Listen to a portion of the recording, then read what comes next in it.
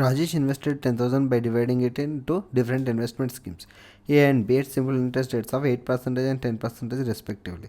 If the total annual interest earned in 2 years is rupees 1680, the amount invested in the scheme A.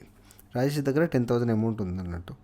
10,000 అమౌంట్ను scheme A, scheme B దగ్గర, scheme ఏలో 8% rate of interest, scheme బిలో 10% rate of ఇంట్రెస్ట్కి ఇచ్చాడు అన్నట్టు. ఈ 10%ను మనం 8% plus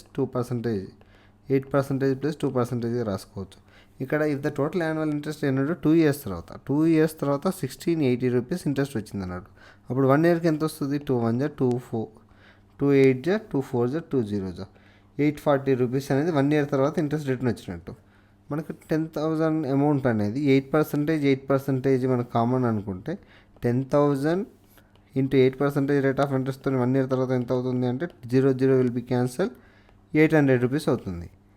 మనకి ఇక్కడ వచ్చిన ఇంట్రెస్ట్ ఎంత? 1 year తర్వాత 40 రూపీస్. ఈ 40 రూపీస్ అనేది ఎందుకు డిఫరెన్స్? 40 రూపీస్ అనేది ఈ 2%కి ఈక్వల్ అవుతుంది. 40 రూపీస్ అనేది 2%కి ఈక్వల్ అయినప్పుడు 2% is equal to 40 rupees, 1% is equal 20, 1% is equal 20 rupees అయితే 100% is equal to 2000 rupees.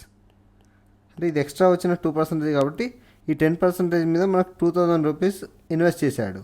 Total amount ఎంత? 10,000 అమౌంట్ నుంచి 2000 10% మీద ఇన్వెస్ట్ చేస్తే రిమైనింగ్ అమౌంట్ 8% మీద ఇన్వెస్ట్ చేసినట్టు. 8% మీద ఎంత? 8,000 రూపీస్. మనకి ఇచ్చిన క్వశ్చన్లో అడిగిన క్వశ్చన్ ఏంటిది? ఇన్వెస్టెడ్ ఇన్ ద స్కీమ్ ఏలో 8,000 రూపీస్.